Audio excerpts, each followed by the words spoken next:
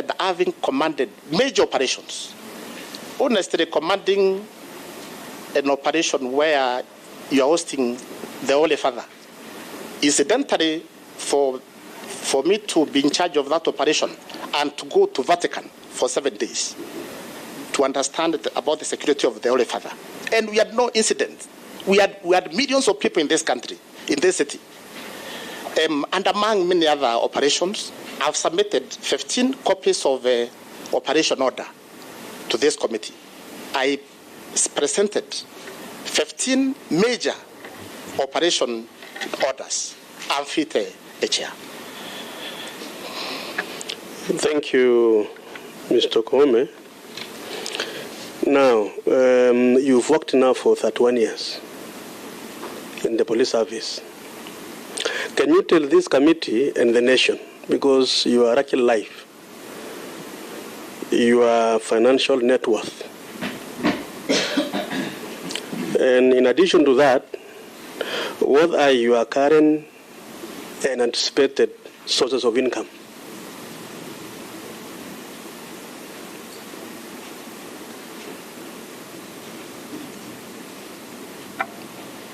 Thank you, Chair. Thank you, Co-Chair. Thank you, honorable members. I have a bank with I have an account with the Kenya Commercial Bank, where my salary goes to. Then with the police circle, I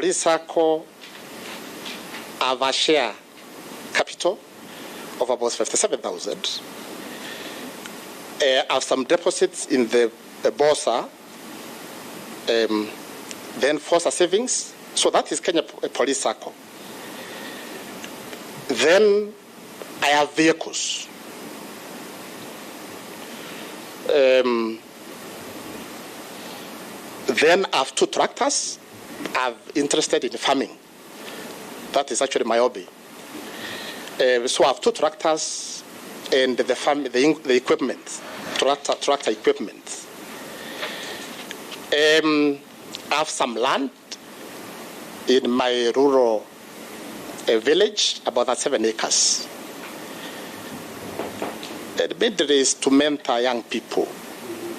So where I do a bit of farming, I've done some development.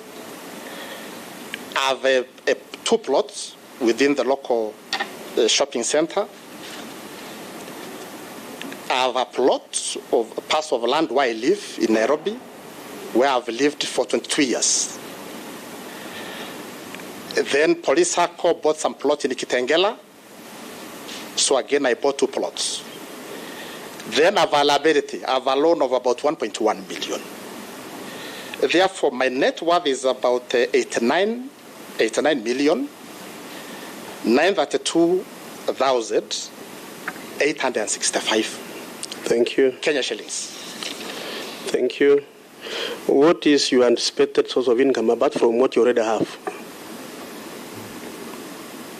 That is the second part of the question. Thank you, sir. Out of the daily, I do dairy farming. But there is a paid manager who does that, not me. I do dairy farming. I keep cattle. So out of the farming produce per year is about 9 million. Okay. That's okay. I think we just wanted to know the anticipated source of income, even as you serve, if this committee approves your appointment. Another question I would like you to answer to this committee and the country is whether you are a member of a political party, and are you at any time held any position in a political party? That question is relevant because it is a constitutional right to be in that position. Would like to know that.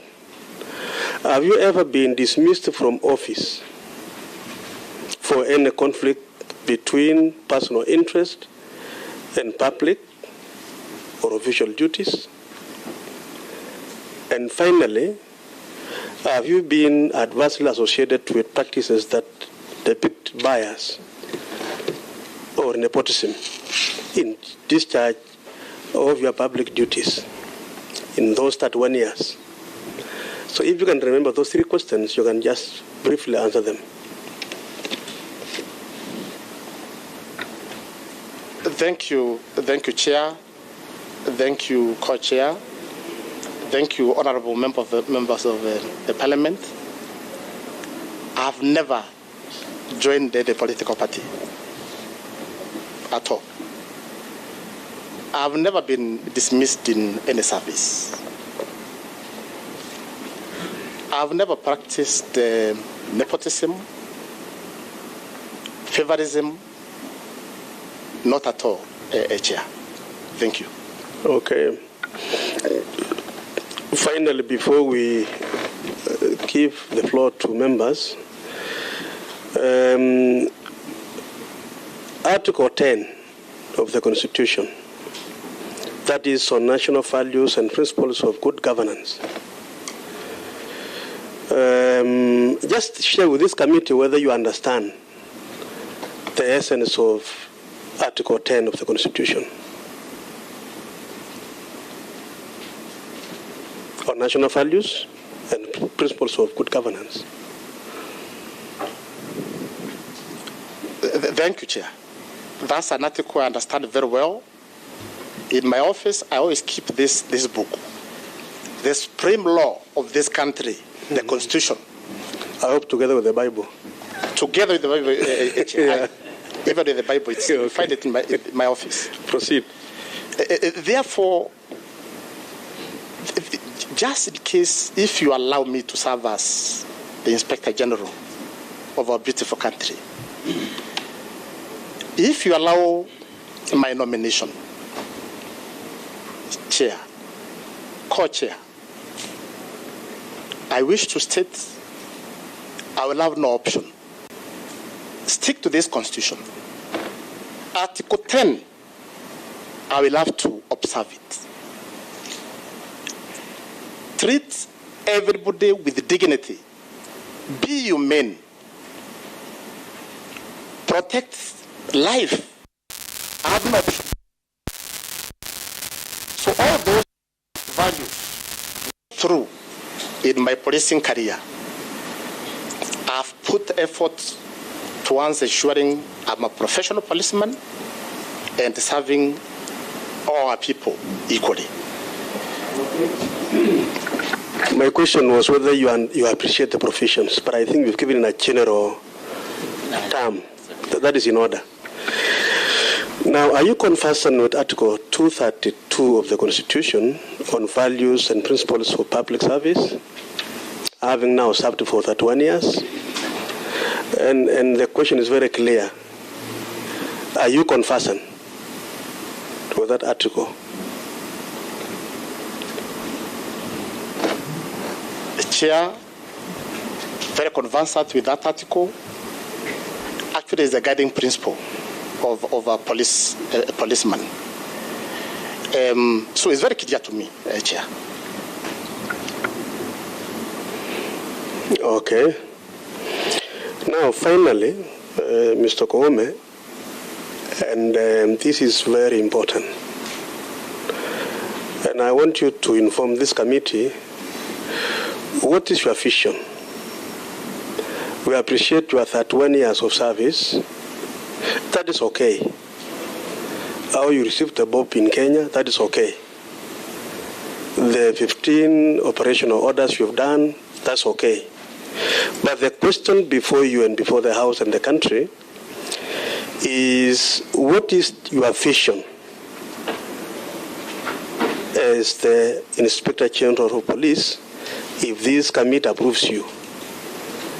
Because that is where Kenyans are looking unto. What is your vision? Can you tell us the vision you have if you're nominated and appointed?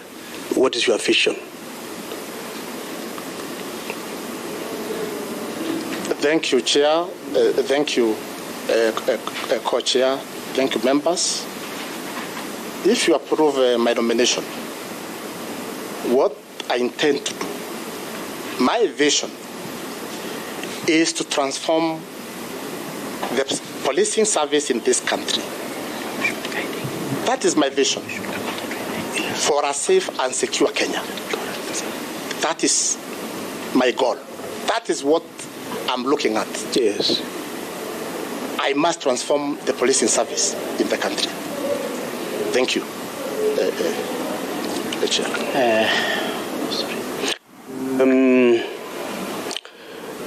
Apart from, of course, transforming, because transformation is just one aspect of your vision, I'm sure there are many other areas that you will be able, at the course of questions by members, be able to expand your vision so that we see the bigger picture about that position. Now, I would like us, and I want to appreciate your answers to those questions by my co-chair and myself. Now, I want to give my colleagues a moment to ask questions also. We are going to take 4. 3 first, and you respond to those 3. We'll take another round of 3 until we conclude questions from these honorable members, senators, and members of the National Assembly. And before we go that, it is important for you, nominee Bwana Koome, that Parliament invited Kenyans, pursuant to Article number 118 of the Constitution, public participation. We invited Kenyans to come forth and give their comments as to your suitability. And we would like to inform you that we got 2 affidavits sworn before a commissioner for oaths. One by Saina Kombo. We will give you a copy, but that will arise later, not at this point. So that he has already read a copy, yes. So you already have a copy of that affidavit. So later members will put questions to you on that particular affidavit. Secondly, there is another affidavit which is in support of your nomination by one William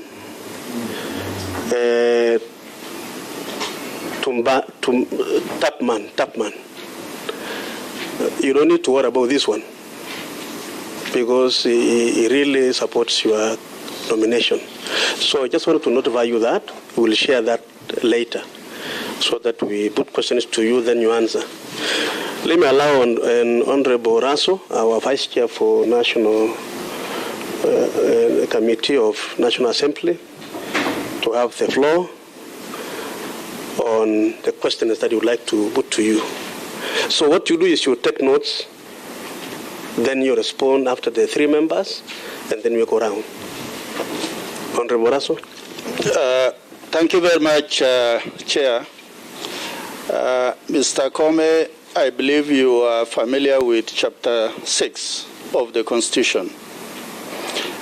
If Parliament will approve your nomination, you will sit atop the National Police Service, and you are likely to enjoy sweeping powers. You'll be the man to be entrusted with safety and security of Kenyans and also safeguarding their human rights. To this, I'm looking at your previous work experience that you are likely to bring to your new docket. As Nairobi Regional Commander, you are adversely mentioned in an affidavit by the Kenya Human Rights Commission that through omission or commission, under your watch, Kenyans' rights were grossly violated during the post-election violence in 2017. you need to tell us how much you know about incidents which happened in 2017 after the election. And what assurances will you give Kenyans that you are up to the task to defend their rights? Secondly, is the issue of corruption. Here I am looking at leadership. Corruption, I believe Kenyans are watching. Our police institution is considered to be almost the most corrupt in the country. In police stations, during arrest, investigation, traffic police, the menace of corruption is so widespread that I believe Kenya's trust must be restored.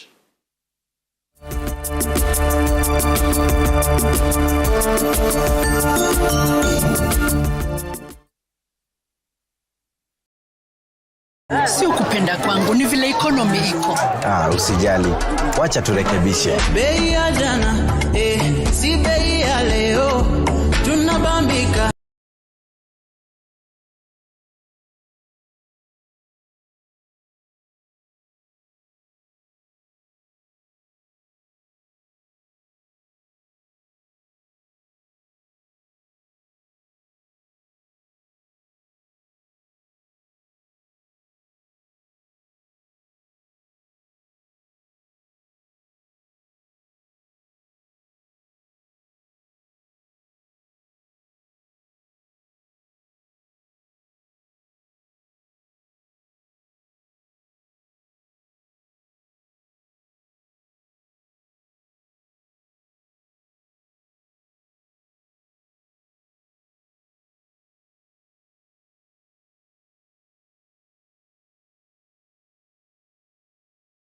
Inculcate personal integrity in police officers who serve. But lastly, on the same line, Engineer Kome, are policemen sufficiently remunerated? Or do you think that the remuneration that policemen get is the cause of corruption in the force? Thank you. You can now answer those questions. You have the floor. Bwana Koome. Thank you. Thank you, Chair. Thank you, Co-Chair.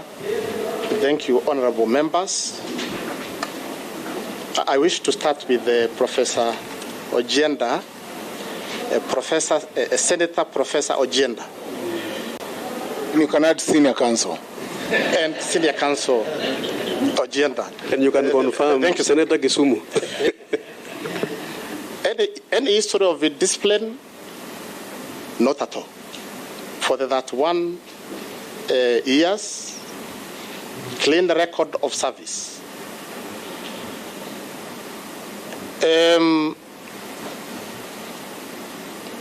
Corruption? A chair, a co-chair. You know, this is a matter which has been